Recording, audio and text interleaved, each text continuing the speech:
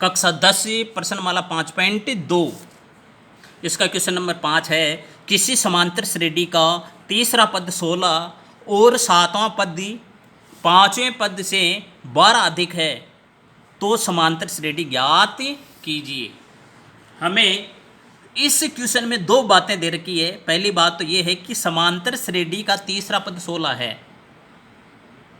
और दूसरी बात ये दे रखी है कि सातवां पद पांचवें पद से 12 अधिक है।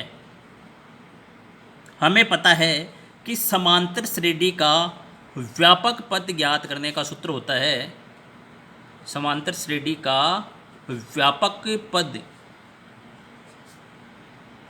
an ज्ञात करने का सूत्र है बराबर a plus n minus 1d। इस सूत्र में हम ये रखेंगे कि समांतर श्रेणी का तीसरा पद यानी n बराबर 3 और an बराबर 16। यहाँ ध्यान रखना तीसरा पद 16 है, इसका मतलब n बराबर 3 है और an बराबर 16।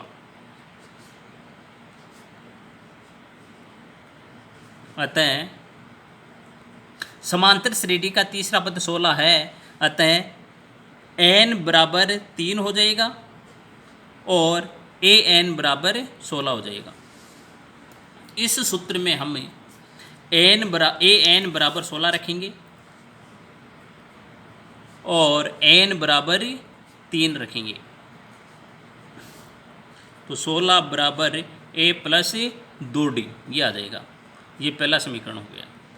पहला समीकरण हमने पहले कथन के द्वारा बनाया है।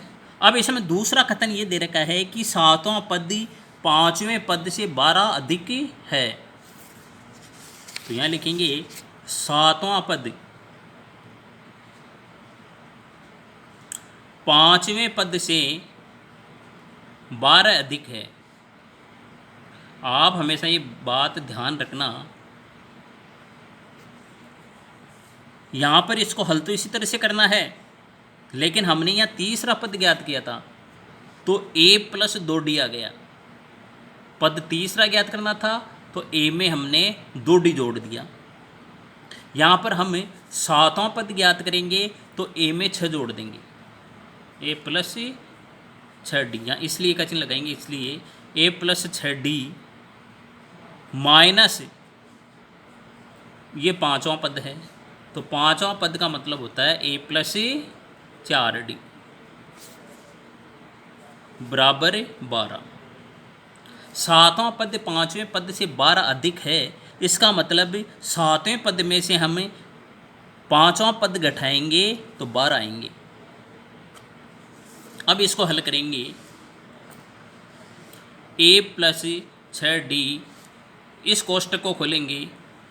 इसके पहले तो प्लस का चिन्ह था तो इसको तो ऐसे कैसे लिख दिया कोष्टक खोला तो, लेकिन इसके पहले माइनस का चिन्ह है, इसलिए इस कोष्टक को खोलेंगे तो ये दोनों संख्या माइनस में बदल जाएंगी।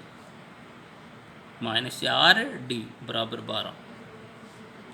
a प्लस का a माइनस का है, a से a कट गया, 6d में से 4d घटा देंगे तो 2d आ जाएगा बराबर 12। d का मान ज्ञात करने के लिए हम 12 में 2 का भाग दे देंगे तो d बराबर 6 आ जाएगा। ये हमारा दूसरा समीकरण था और दूसरे समीकरण से हमने d का मान ज्ञात कर लिया है। अब d का मान समीकरण 1 में रखेंगे। d का मान समीकरण फर्स्ट में रखने पर 16 बराबर a प्लस 2d, 16 बराबर a प्लस 2 गुणा 6, क्योंकि d का मान यहाँ पर ही 6 है, इसलिए d की जगह हमने 6 लिख दिया। 2 को 6 से गुणा करेंगे तो 6 दूनी 12 आ जाएंगी। अब a का मान ज्ञात करने के लिए हम प्लस 12 का पक्षांतर कर देंगे और प्लस 12 इधर आकर माइनस में बदल जाएगा। 16 में से 12 घटाएंगे तो a 4 आ जाएगा। a प्रथम पद होता है, हमें समांतर श्रेणी ज्ञात करनी है।